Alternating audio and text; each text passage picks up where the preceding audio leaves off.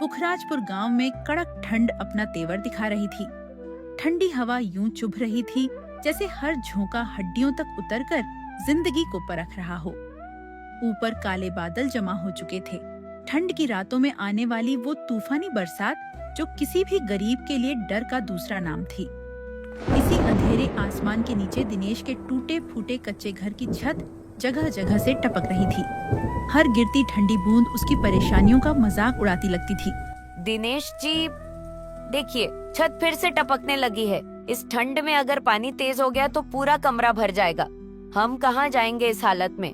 मैं कोशिश कर रहा हूँ, लेकिन इस बार बादल बहुत गुस्से में हैं। फैक्ट्री में सब कह रहे थे कि इस हफ्ते बड़ा तूफानी सिस्टम आ रहा है। हमारे जैसे गरीबों का घर तो एक झोंका भी गिरा सकता है। और अगर घर गिरा तो हमारी सुध कौन लेने आएगा? न अपने लोग, न वो विश्राम बाबू जिन्होंने आपको भाई कहकर भी आपका सब कुछ छीन लिया। विश्राम बाबू दिनेश का बड़ा भाई। माँ बाप के गुजरने के बाद कागज बदलवा कर घर जमीन सब अपने नाम करवा लिया। इसी मजबूरी में दिनेश को फैक्ट्री में दिहाड़ी मजदूरी करनी पड़ रही थी। भाई का धोखा ठंड और तूफान से भी बड़ा दर्द था। छोड़ो कविता, ईश्वर की यही मर्जी रही होगी। मैं मेहनत करूंगा, ओवर टाइम भी ले लूंगा। एक दिन हालात बदलेंगे। पर आज तो घर में दाल चावल भी नहीं बचे, भीगी लकड़ियों से चूल्हा भी नहीं जल रहा। और आराध्या को देखो, टीती ठंड में सिर्फ पानी पीकर सोती है। कितनी देर यूं भूखी रहेगी? आराध्या दिनेश की 8 साल की नन्ही बेटी। भूख और ठंड से उसका चेहरा और भी पीला पड़ गया था, लेकिन फिर भी वह धीरे से बाप के पास आकर बैठ गई, जैसे कह रही हो, बाबू मैं समझती हूँ। बाबू, अगर खाना नहीं है तो आप चिंता मत करो, मैं ठीक हूँ। आप बस मेरे पास बैठ जाओ। नहीं बिटिया, तू चिंता मत कर, तेरे लिए मैं कुछ भी कर सकता हूँ। दिनेश ने बाहर उफनते आसमान को देखा। ठंडी हवा, तेज बरसात और काले बादल मानो उसको। उसने गहरी सांस ली और मन ही मन बोला, बरस जितना बरसना है, मैं हार नहीं मानूंगा। कविता, तुम आराध्या का ध्यान रखना। मैं अभी जाता हूँ, कुछ इंतजाम करके ही लौटूंगा। ठंडी हवा और तूफानी बरसात अपने चरम पर पहुंच रही थी और इसी के साथ शुरू हो चुकी थी दिनेश की असली लड़ाई। गरीबी, ठंड, तूफान और किस्मत से जंग की। इतना कहकर दिनेश ठंडी हवा में कांपते हुए फैक्ट्री की ओर चल देता है। रात भर हुई तूफानी बरसात अब भले ही हल्की पड़ गई हो, लेकिन फैक्ट्री के बाहर अब भी कीचड़, पानी और नमी ही नमी थी। दिनेश जैसे तैसे भीगी मिट्टी पार करते हुए मालिक के कमरे तक पहुंचता है। उसकी चाल में थकान और आंखों में उम्मीद की आखिरी चमक थी। सेठ जी, एक मदद कर दीजिए। 2 दिन से घर में चूल्हा नहीं जला। मेरी बिटिया आराध्या भूखी सो जाते हैं। जो भी थोड़ा बहुत सामान था वो भी बारिश में भीग कर खराब हो गया। अगर आप थोड़ा बहुत उधार दे देते या छत की मरम्मत का सहारा दे देते तो मैं हालात संभाल लेता सेठ जी। देखो दिनेश, तुम खुद ही देख रहे हो, इस ठंड और बरसात ने सारा काम ठप कर दिया है। फैक्ट्री दिन ब दिन घाटे में जा रही है। मशीनों में पानी भर गया, कच्चा माल खराब हो रहा है। अब चाहकर भी फैक्ट्री चलाना मुश्किल हो गया है। इसलिए कुछ दिनों के लिए फैक्ट्री पूरी तरह बंद करनी पड़ेगी। अरे सेठ जी, मैं तो ये सोचकर आया था कि मुश्किल वक्त में आप ही सहारा बनेंगे, पर आप तो उल्टा मेरी रोजी रोटी ही छीन रहे हैं। बरसात ने पहले ही बुरा हाल कर रखा है, अब ये फैक्ट्री बंद होना सब कुछ तोड़कर रख देगा। दिनेश ने और कुछ नहीं कहा। वह बस अपनी ठंड से जमी उंगलियों को मलता है, धीरे से सिर झुकाता है और चुपचाप फैक्ट्री के बाहर पड़े टूटे फूटे औजारों के पास जाकर काम में लग जाता है, मानो खुद से कह रहा हो, चाहे दुनिया साथ दे या न दे, मैं अपने घर के लिए लड़ता रहूंगा। दिनेश काम में डूबा हुआ था। ठंडी हवा, नमी और भारी कपड़ों के बावजूद वह टूटे हुए औजार ठीक कर रहा था, क्योंकि उसे उम्मीद थी कि शायद कल से फैक्ट्री फिर शुरू हो जाए। काम करते करते शाम होने लगी थी। थोड़ा अंधेरा हो चुका था और फैक्ट्री के अंदर हर आवाज डरावनी गूंज की तरह लग रही थी। दिनेश एक भारी बक्सा उठाकर दूसरे कमरे की ओर जा ही रहा था कि तभी अचानक फैक्ट्री में जोरदार एक कानफोड़ आवाज और कुछ ही सेकंड में चारों तरफ धुआं, चिंगारियां और भगदड़ मच गई। उस धमाके की चपेट में दिनेश सीधा आ गया। लोहे के टुकड़े उड़कर उससे टकराए, उसकी बाहों और कंधे पर गहरी चोटें आईं और वह जमीन पर गिर पड़ा। कुछ मजदूरों ने दौड़कर उसे उठाया। खून बह रहा था, सांसें भारी हो रही थीं। दिनेश को तुरंत गंभीर हालत में अस्पताल पहुंचाया गया। जैसे ही खबर मिली, कविता बदहवास दौड़ती हुई अस्पताल पहुंची। उसकी आंखों में डर था, हाथ कांप रहे थे और होंठ सूख चुके थे। बहुत गंभीर हालत है आपके पति की। हम पूरी कोशिश कर रहे हैं, आप बस ऊपर वाले पर भरोसा रखिए, ये ठीक हो जाएंगे। दिनेश की जान तो बच गई, लेकिन किस्मत ने एक और वार कर दिया। उस हादसे में उसका एक हाथ हमेशा के लिए खो गया था। इलाज के पैसे उनके पास थे नहीं। दिनेश के बचने और ऑपरेशन के लिए कविता ने अपने बचे खुचे गहने बेच दिए। वह रोते हुए भी हिम्मत नहीं हारी। उसने सिर्फ इतना सोचा, बस मेरे पति बच जाएं। कुछ दिनों बाद दिनेश को घर लाया गया। कविता उसकी हर जरूरत का ध्यान रखती, दवाइयाँ देती, पट्टियां बदलती और उसे सहारा देकर चलना सिखाती। दिनेश की तबीयत धीरे धीरे संभलने लगी, पर मुसीबतें वो कहाँ थमने वाली थीं। ठंड में लगातार हो रही तूफानी बरसात अब भी नहीं रुकी थी। उनके कच्चे घर की हालत और भी ज्यादा खराब हो गई थी। छत जगह जगह गल चुकी थी, दीवारों में दरारें पड़ चुकी थीं और मिट्टी इतनी भीग चुकी थी कि ऐसा लगता था किसी भी क्षण पूरा घर ढह सकता है। दिनेश घर लौटकर कोने में चुपचाप बैठ गया। बाहर ठंडी हवा चल रही थी, छत से पानी छू छू कर टपक रहा था और घर के भीतर अंधेरा और चिंता का माहौल फैला था। उसका कटा हुआ हाथ पट्टियों में लिपटा था और दिल में हजारों तूफान थे। हे ऊपर वाले, तू भी कैसी कैसी परीक्षाएं लेता है गरीबों की। मैं ही तो इस घर का एकमात्र कमाने वाला था और तूने मेरा एक हाथ ही छीन लिया। कुछ पल चुप रहकर रोते हुए, अब बता, मैं अपनी पत्नी और अपनी छोटी सी बेटी का पेट कैसे पालूंगा? ये जिंदगी कैसे चलेगी? अर्जी, अब हम किसके सहारे जिएंगे? छत भी टपक रही है, 4 दिन से चूल्हा ठंडा पड़ा है। आराध्या को रोज भूखे पेट नींद में धकेलना पड़ रहा है। बरसात रुकने का नाम ही नहीं ले रही थी। दीवारें भीग भीग कर गल चुकी थीं, छत की मिट्टी झड़ रही थी और किसी भी वक्त पूरा घर गिर जाने का डर बना हुआ था। उधर गांव वाले भी अपनी समस्या में उलझे थे। कई पड़ोसी अब कान फेर कर निकल जाते, जैसे गरीब की तकलीफ देखने से भी डरते हों। भाग्यवान, मैं कुछ न कुछ करूंगा, चाहे एक हाथ ही सही, पर मैं मेहनत करूंगा, मजदूरी कर लूंगा, पत्थर ढो दूंगा, पर भीख नहीं मांगूंगा। किस्मत के भरोसे हाथ पर हाथ रखकर तुम्हें और आराध्या को रोते नहीं देख सकता। वह बाहर आसमान की तरफ देखता है। घने बादल, कड़कड़ाती बिजली और लगातार बरसता पानी, जैसे भगवान भी उसकी परीक्षा और कठिन करना चाहता हो। भगवान जाने ये बारिश कब थमेगी। घर का हाल तो और बिगड़ रहा है। अगर ये छत गिर गई तो हम कहाँ जाएंगे जी? अरे कविता, रात कितनी भी काली क्यों ना हो, सूरज तो उगता ही है। ऊपर वाला गरीब का दिल ऐसे यूं नहीं तोड़ देगा। बस थोड़ा सब्र रखो। अगली सुबह बारिश हल्की सी थमी। ठंड की हवा अभी भी सिहरन पैदा कर रही थी, पर यह मौका था कि शायद कहीं काम मिल जाए। दिनेश एक हाथ से अपने फटे कुर्ते को ठीक करता है और घर से निकल पड़ता है। आज कुछ न कुछ काम तलाश ही लूंगा, खाली हाथ वापस नहीं जाऊंगा। आराध्या भूखी नहीं सोएगी। अरे साहब जी, कोई काम मिलेगा? नहीं भाई, इस बारिश ने सबका काम खराब कर दिया है। मैंने तो अपने मजदूरों को भी घर भेज दिया, कहीं और देखो।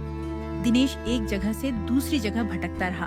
मकान निर्माण, खेत, दुकानें, ढाबा, लेकिन हर जगह सिर्फ निराशा हाथ लगी। अरे ओ फटेहाल, कहां कहां से आ जाते हो तुम जैसे लोग? देखिए अपनी हालत, एक हाथ से क्या उखाड़ लोगे? मैं तुम्हारे जैसे अधूरे लूले लंगड़े को काम दूंगा? मेरी अक्ल खराब है क्या? चल भाग यहां से, कहीं जाकर भीख मांग, यहां तेरे लिए कुछ नहीं। ये शब्द तीर की तरह दिनेश के सीने को चीर गए। उसने खुद को एकदम अकेला महसूस किया। शाम होने लगी थी। भूख, ठंड, थकान और निराशा। वह सड़क किनारे एक पेड़ के नीचे बैठ गया। आंखें नम हो गईं। किसके आगे हाथ पसारूं अब? सबने मुंह मोड़ लिया। घर पर कविता और आराध्या भूख से तड़प रही होंगी। क्या अपाहिज को जीने का हक नहीं? हे भगवान, अगर मेरे बच्चों को रोटी दे सकता है तो दे दे, चाहे उसके बाद मुझे उठा ले जाना। घर की ओर लौटते समय अचानक आसमान में तेज बिजली कड़की। एक ही पल में भयंकर बारिश फिर शुरू हो गई। अरे नहीं, मुझे जल्दी किसी ढाबे में रुकना होगा। इस बारिश में भीग गया तो और मुसीबत बढ़ जाएगी। वह भागते भागते पास के एक चाय ढाबे में पहुंच गया। ढाबे में बैठकर वह बारिश रुकने का इंतजार करने लगा, लेकिन जेब में 1 रुपया भी नहीं था। भैया, ये बारिश तो रुकने का नाम ही नहीं लेती। लगता है इस बार कुछ बड़ा होने वाला है। हर जगह खबर फैली है। मौसम विभाग ने कहा है इस बार बाढ़ आ सकती है। क्या सच में बाढ़? यह सुनते ही दिनेश के पैरों से जमीन खिसक गई। नहीं, मुझे अब एक पल भी यहाँ नहीं रुकना चाहिए। अरे भाई, इतनी तेज बारिश में कहाँ जा रहे हो? चाय तो पीते जाओ। धन्यवाद भाई, पर मेरे घर पर मेरी दुनिया अकेली है। मुझे जाना होगा। वह किसी की बात सुने बिना मूसलाधार बारिश में दौड़ पड़ा, सिर्फ एक ही चिंता के साथ, कविता और आराध्या सुरक्षित हों। कविता घबराते हुए घर के भीतर इधर उधर भाग रही थी। बाहर तूफानी बारिश की गर्जना, ठंडी तेज हवाएं और अंधेरी रात घर को किसी खतरे की चेतावनी दे रही थी। अंदर का दृश्य और भी डरावना था। मिट्टी की दीवारों से पानी रिसकर बह रहा था। फर्श पर बरसाती पानी जमा हो चुका था और लगातार टपकती छत ऐसा महसूस करा रही थी मानो आसमान ऊपर से रो रहा हो।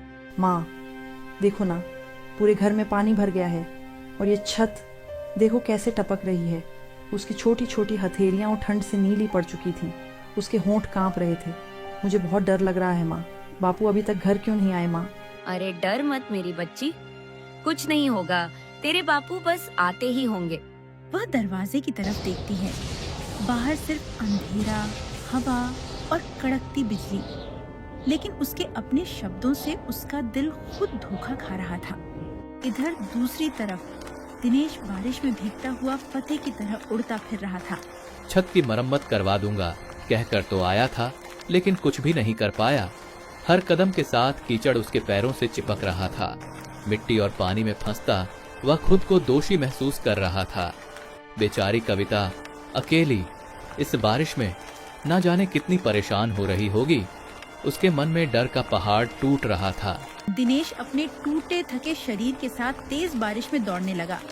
एक हाथ से संतुलन पकड़ने में कठिनाई हो रही थी, लेकिन दिल में सिर्फ एक ही आवाज थी, मुझे घर पहुंचाना है अभी।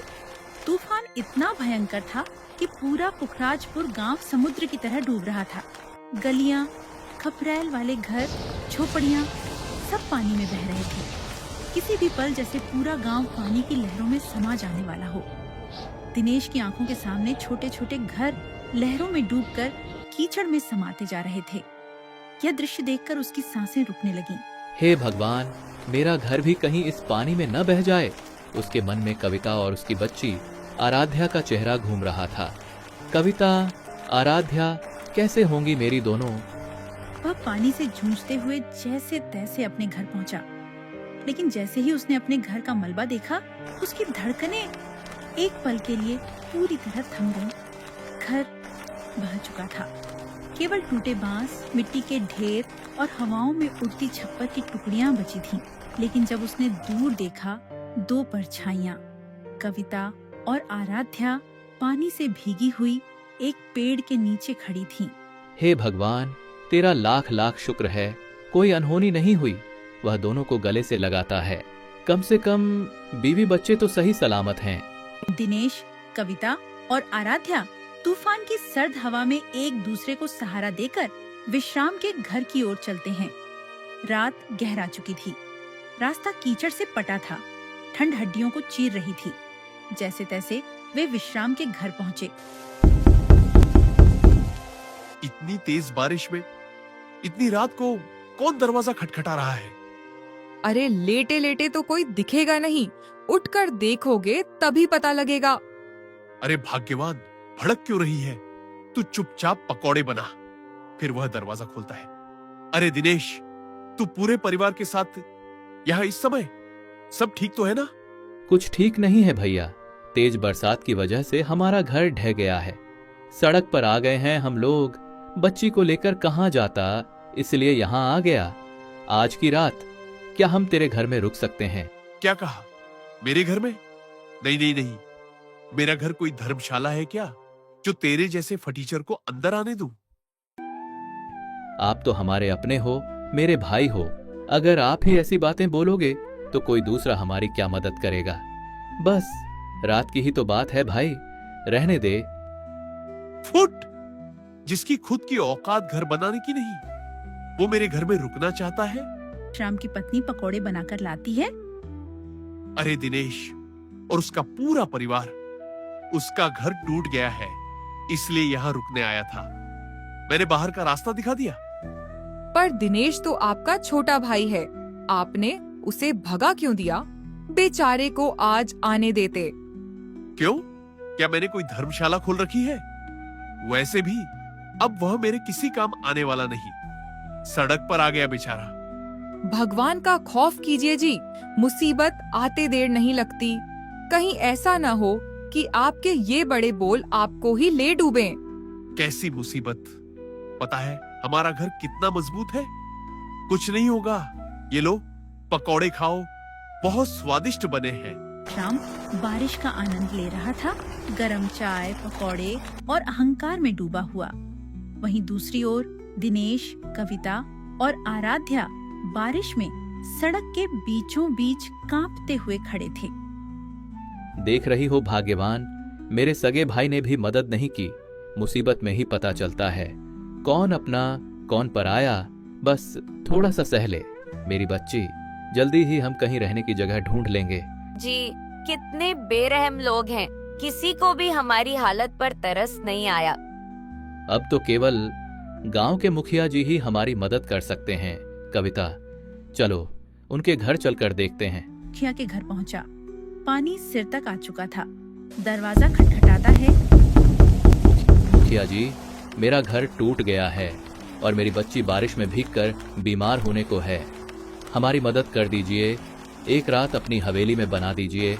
यहाँ देख, मेरे माथे पर बेवकूफ लिखा है क्या, जो तू मुंह उठाकर यहाँ चला आया?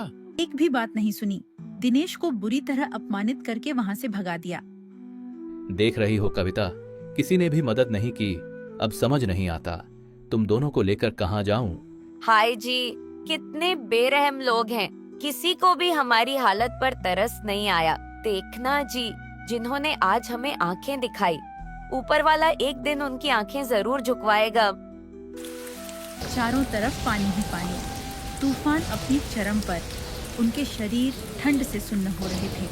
तभी कंटेनर देखकर उन सभी ने राहत की सांस ली, जैसे किसी ने थोड़ी सी उम्मीद बांट दी हो।